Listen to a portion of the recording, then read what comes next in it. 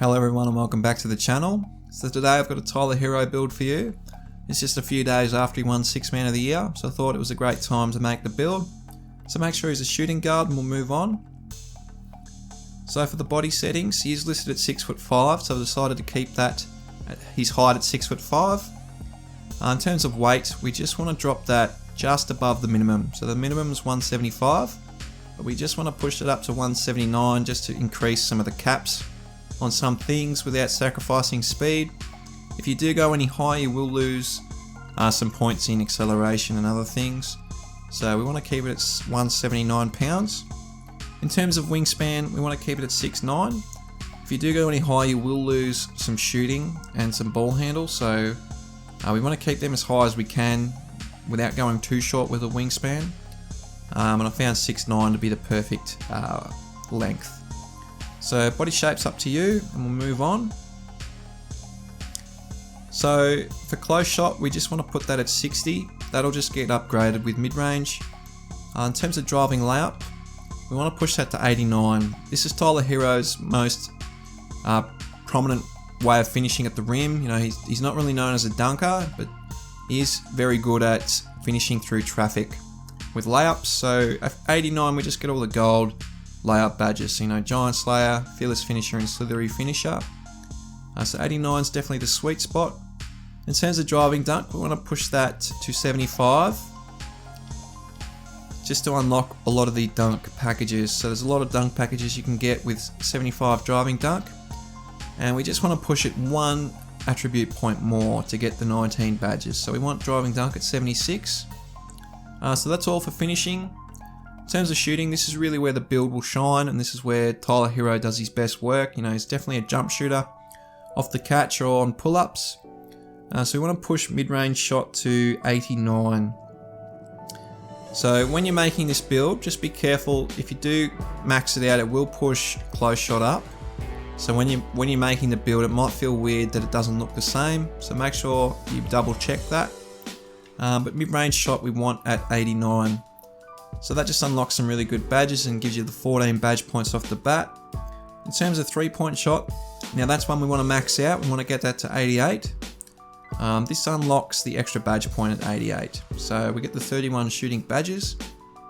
In terms of free throw, we just want to push that to 89. So he's an 85% free throw shooter. So I had the points left to get it to 85. So I just thought that was most appropriate. In terms of playmaking, now he's definitely a shooting guard, but he's capable of playing point guard. You know, averages about 4 assists per game coming off the bench, which is fairly good. And I'd say he's more of a point guard than he is a small forward if he was to play another position. So I wanted to get pass accuracy to a reasonably high rating, so I've decided to go to 82. At 82, you just unlock an extra badge point and you get a lot of the passing badges at least silver. So you get Diamond Silver, Bullet Passer Silver, and Needle Threader Silver. So you can play make a bit in your own right. In terms of ball handle, we just want to push that to 1 below the max, which is 87. If you do go any lower, you do lose gold unpluckable. So we want gold unpluckable on this build, or to be available for this build. So we want ball handle to be 87. In terms of speed with ball, now he is fast, but he's not known as a really, you know, speed demon like the Aaron Foxes of the world are, you know, Ja Morant. So I've put it at 86. If you do go any lower, you do lose a badge point. Now if you go any higher, you don't really gain anything. You don't gain any badges, you don't gain any badge points. So 86 is the sweet spot, and it's only 3 points in speed with ball that you lose from the max. So it's not the end of the world. I doubt you will notice it in game. But that's playmaking. In terms of defense, now he's not known as a really good defender. I would say he's probably average or a bit below. But on the game, you do need to be able to at least defend your own man, particularly on 5v5s and 3v3s, you know, in the rec center and the park. So we want perimeter defense reasonably high. So I've decided to put it to 81 to unlock the 8 badge points. You also get gold pick dodger as well, which is a really handy badge to have. In terms of steal, now he only averages about half a steal a game for his career, so he's not He's not a thief like a lot of Chris Pauls of the world are. But we still want it to be reasonably high because you still need to be able to get in the passing lanes and steal those errant passes that some players make. So I decided to push Steel to 79 just to unlock an extra badge point, and you also get Interceptor Gold, which is a really great badge to have if you can get it there. So that's the perimeter sort of defense. I've also got enough attribute points to get block to 65. So that's important because it unlocks the 16 badge points, but also unlocks Intimidator Silver. So if you can get Intimidator on a perimeter build, so a guard build, that's really handy to have because it just helps contest jump shots. There's a lot of builds out here that have high 3-point shooting, and that's, a lot of players aren't making slasher builds anymore because it's so hard to slash. So if you can get Intimidator on a guard build, that's really handy. So we have got Silver Intimidator with this build, but that's defense. In terms of physicals, we just want to push speed to 88 and the same with acceleration. So like I said before, Tyler Herro is not known as a really quick player. He's definitely quick, but he's not extremely fast like a lot of other guards. He definitely relies on a bit of skill as well, and 88 speed and acceleration, it's only really going to affect when you run out on fast breaks or you're trying to make a cut, and you're still really fast, so you shouldn't notice it too much. 88 should be fine. In terms of vertical, we want to push that to 70 just to help unlock some dunk packages as well. And for stamina, we just want to put the rest on stamina for 93 stamina.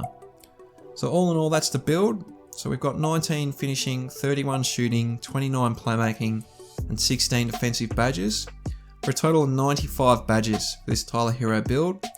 It's a pure shot creator, a playmaking shot creator build. You can definitely handle the rock, you can shoot extremely well from the perimeter, you've got some ability to finish at the rim, particularly on fast breaks, and you've got a capability on defense to at least guard your own man.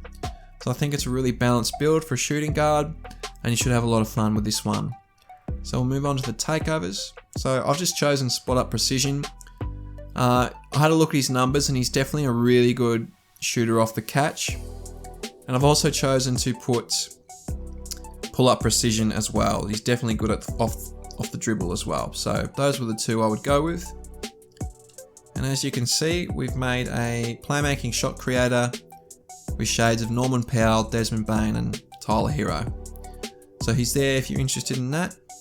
In terms of the badges, so for finishing, we just want, the layup ones. So Giant Slayer, Fearless Finisher, and Slithery Finisher. So you can get them all gold, which is fantastic. And then the other ones, Posterizer you definitely want. Limitless Takeoff as well. That could be a really great layout you could go with. And if you do decide to create the build, I would recommend thinking about putting one badge point in finishing just to get bronze and strippable, because if you can get it bronze, it really helps stop players stripping you when you're going in for layups or dunks. In terms of shooting, you got 31 badge points here to play with, so you can get a lot of things gold or Hall of Fame. But for Tyler Herro, I would just the core ones, so Catch and Shoot, Hot Zone Hunter, Sniper, Limitless Spot Up. You definitely want something like Green Machine, Deadeye, Circus 3s, because he's really good off the dribble. Lucky 7, just to help if you catch it on fast breaks. And then the rest is up to you. You might want to drop Hot Zone Hunter down, or drop Green Machine down to Silver and get Rhythm Shooter or something like that. Maybe get a few extra badge points in shooting to get Slithery Off Ball. Slithery Off Ball is really handy when you're running around on offense, but that would be a sort of a layout I would go with. For playmaking, so we definitely want a balanced build, but primarily focused on dribbling.